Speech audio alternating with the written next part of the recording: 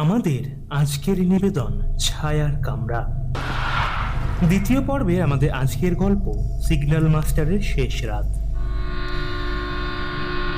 রাত তখন 12:45। স্থান মালগাড়ি হিল রেঞ্জ, পরিত্যক্ত রেল স্টেশন। আমার হাতে এখনো সেই পুরনো টিকিটটা, যার তারিখ 11 জানুয়ারি 1984। সময় 1:13 AM। গন্তব্য অজানা। আমি পা রাখলাম সেই রেল স্টেশনের প্ল্যাটফর্মে। সবাই যেটাকে শ্মশান স্টেশন বলে ডাকে।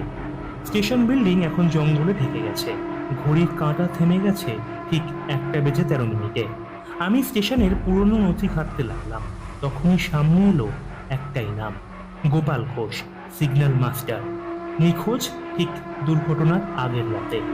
নথিতে লেখা ছিল, গোপালবাবু বারবার বলছিলেন, আজ রাতে ঠিক আসবে, ট্রেন আসবে, কিন্তু যাত্রী ফিরবে না, যাত্রী ফিরবে না।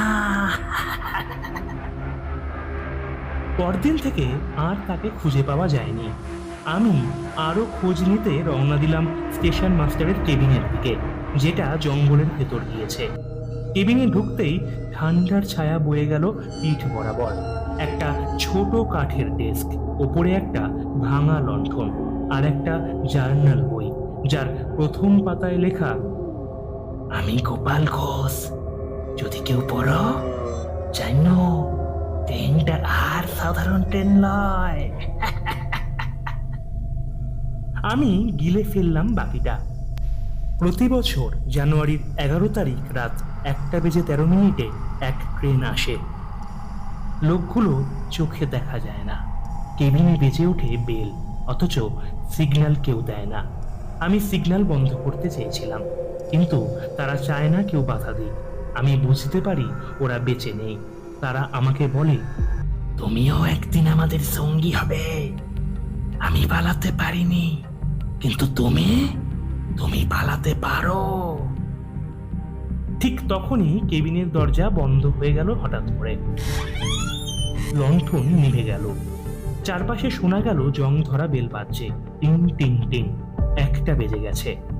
আমি জানালা দিয়ে বাইরে তাকালাম, আর আমি যেটা দেখলাম সেটাই শেষ ছেঁড়া স্নায়ু কাঁপিয়ে দিল। লাইনে ধীরে ধীরে এসে দাঁড়ালো একটা মালগাড়ি, অন্ধকারে মোড়া।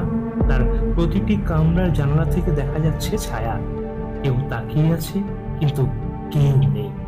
আর সামনে দাঁড়িয়ে সেই লোক, গোপাল ঘোষ। চোখে খালি ঘোর, হাতে সিগন্যাল পতাকা।